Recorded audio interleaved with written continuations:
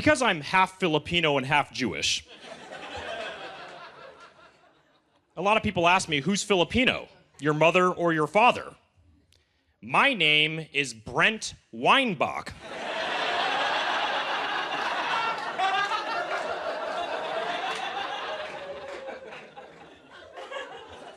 You can tell a lot from a person's name, right? What's your name, sir? Matt. What's your last name? Welch. Matt Welch. Matt Welch. Matt Welch. Matt Welch in the house tonight. Matt Welch, he come from the islands. Matt Welch, big up. One Love, Grant Lion, Reggaeton. Matt Welch, reggae beat, soldier, citizen, Matt Welch, smoke marijuana. The bigger the bat, the bigger the wad, the bigger the jeans, the you want. Levi's big jean, yes, I'm living large. Brakatatak. Brakatatak, tak, tak. Brakatatak, tak, tak, tak. Shaba.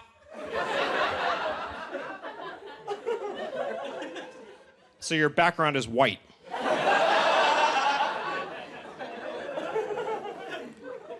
I lived in a foreign country for a whole year. And in that time, I was able to learn the language, and I can now speak it fluently whenever I want to. And during that entire time, I lived in England. I never had the opportunity to perform stand-up comedy. So tonight, I would like to perform stand-up comedy for you in English.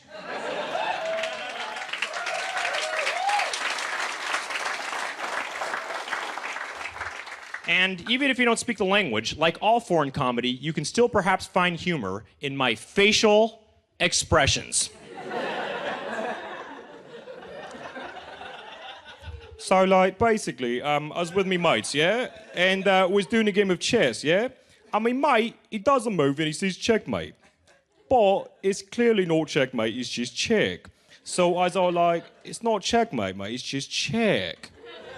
And my mates all like, yeah, I know, mate, I'm not saying checkmate, I'm saying check, mate.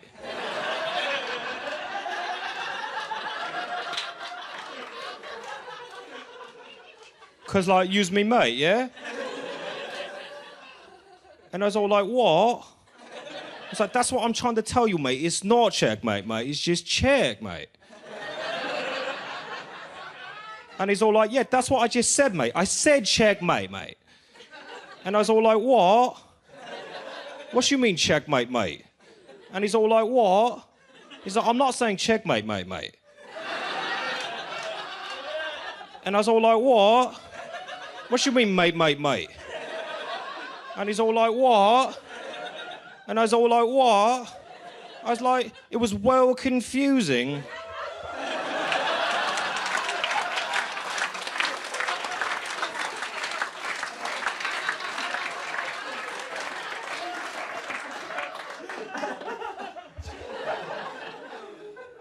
This is my impression of something.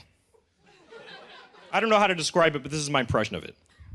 Yeah, man, was hanging at the Shaw last night. I seen this fine girl walking up the street. She looking good, too. She looked thick, but she looked good, though. You know, she had the ass looking good. She looking fine. I'm thinking to myself, yummy.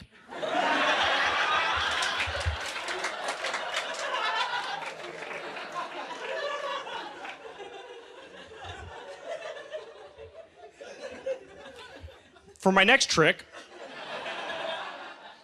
I need a volunteer from the audience. Would you mind coming up? All right, just stand right here. And the scene is, maybe stand up just a couple steps.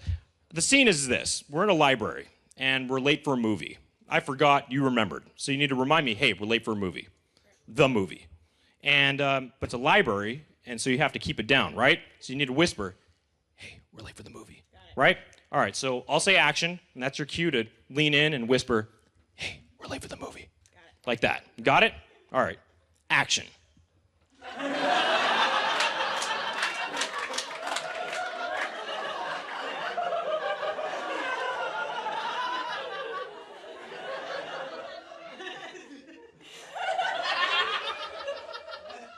That's the end of the trick. Thank you for participating.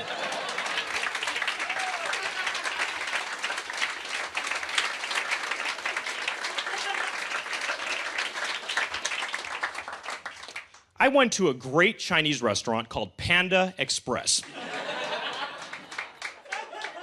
And I got a fortune cookie with my meal, and I brought the fortune with me here tonight. And I was wondering if you could perhaps read this fortune for everyone. Would you mind? This is a real fortune from Panda Express, and you don't have to take my word for it. You can take her word for it. That's why I'm having someone else read it instead of me. This is a real fortune from Panda Express. So just give this a good, nice pace to it, nice and clear and loud. And this is a real fortune. You are wise to keep your eyes wide open at all times.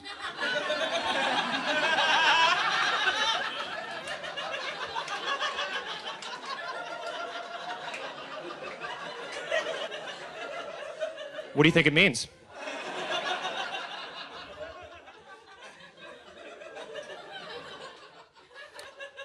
I brought another fortune with me. I was wondering if you could read this one as well. Just like the first time, nice and smooth. Your winsome smile will be your sure protection.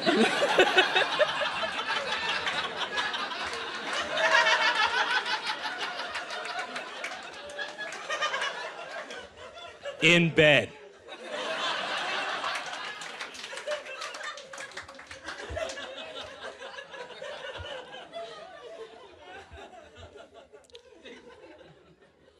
Does anyone here have a problem with people being affectionate in public? Here's a tip.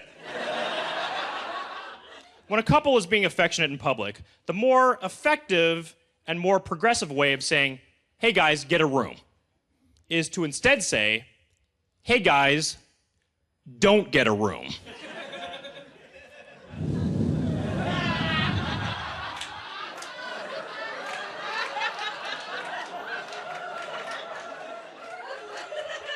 Stay right where you are.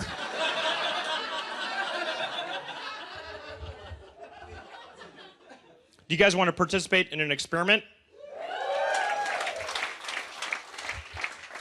The introduction to this experiment is this. Once I was at a comedy club in Scotland, and there was a Scottish comedian on stage whose Scottish accent was so strong that I couldn't understand a single word he was saying.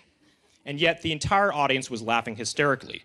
I started laughing because to me it was a funny situation that an entire room of people was laughing at something that I couldn't understand a single word of. And so tonight, I would like to perform for you stand-up comedy using an accent which will make it so that you don't understand what I'm saying. But I want you to laugh anyway. I want you to fake laugh as hard as you can, and my hypothesis is that you will start to genuinely laugh because it will be a funny situation to you that an entire room of people is laughing at something that doesn't make sense. Does that make sense?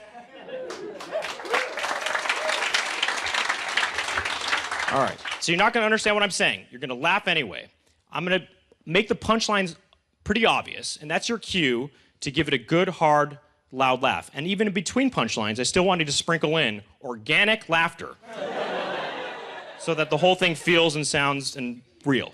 Got it? All right, here we go. Everybody's got to do it or it's not going to work. All right? It's not going to work, but the hypothesis is that you will all start to actually laugh. All right, are you ready to collect data?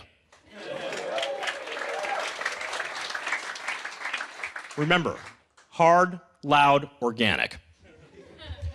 I think I look like a John Button, right? You think I look like a John Button, right?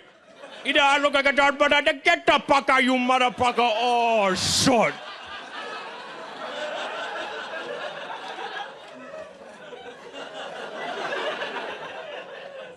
All right. You go on with it. You think I'm going pitting like that, right? You think I go pitting, you think I look like a John Button, you drinking iron, you sit on the dock a bit of the bay, thing like that, right? You think I look like a John Button, I say, get the fuck out, you motherfucker! Oh, shit!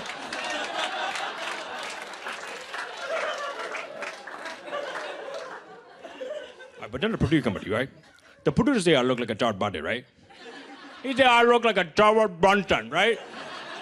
You know George Bunton? He say I look like a George Bunton. The producer say I look like a George Bunton. George Brunton. You know George Bunton? George Bunton, dead with 1, dead with 2, dead with 3, or a dead with 1 to 5, right? Charles Bronson did with 1, 2, 5, right? Now look, the producer say he's gonna pay the big buck for you to do that with John Bronson because you look like a John Bronson, right? If the producer say he's gonna pay the big buck for you to do that with John Bronson, would you do the Denver with the John Bronson? You better believe it.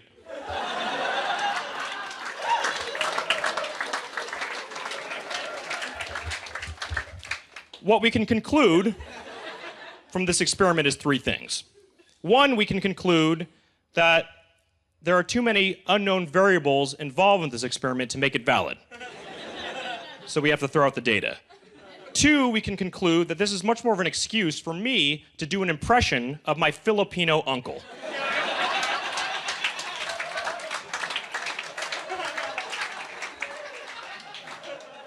And 3, we can conclude, based on my personal experience with him and taking my word for it, that he does really look like Charles Bronson from Death Wish 1 through 5. My name is Brent Weinbach. Thank you for listening. Good night.